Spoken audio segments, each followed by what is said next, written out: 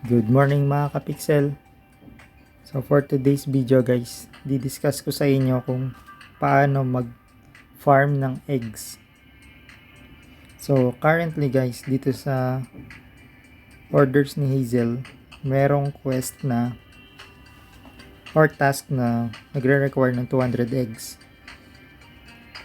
So basically guys, kailangan nyo ng chicken.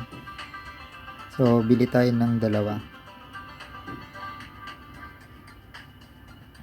Then guys, ilalagay natin yan sa pangitlugan.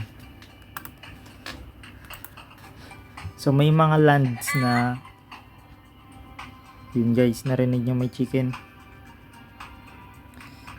So for example, dito sa Terra Villa merong isang spot kung saan pwede maglagay ng chicken.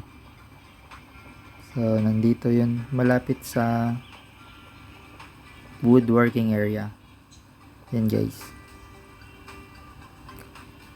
So every 1 hour makakakuha ka ng eggs.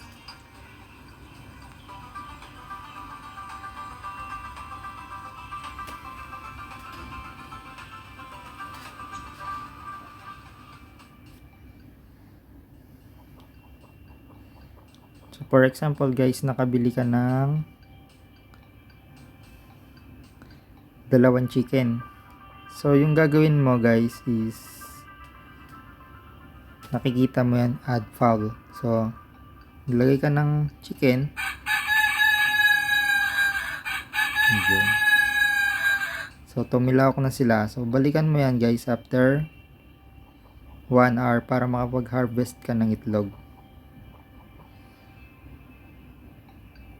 So kukuhanin ko na lang yung mga natitirang or I mean available na mga eggs para matapos ko na yung quest na to. Dito guys, may mga lands na wala palang bahay kubo. So kailangan nyo talaga maghanap. For example yan, click nyo yan. Pwede nyo siyang i-bookmark or kung ayaw nyo, skip. Punta kayo sa susunod na land daw. So punta lang kayo dito sa gilid. Yun, matiteleport na kayo sa next na land. So pwede nyo i-zoom out para mascan nyo.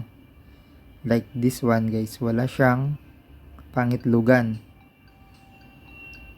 So lipat ulit tayo. Last. Tapos pabalik na tayo sa tindahan ni Hazel.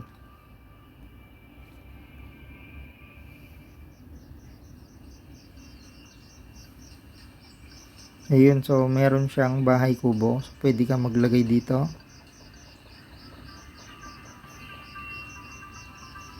So yun lang guys, yung basic. Very simple guys. Bali maximum 2 chicken per bahay kubo. Then usually sa isang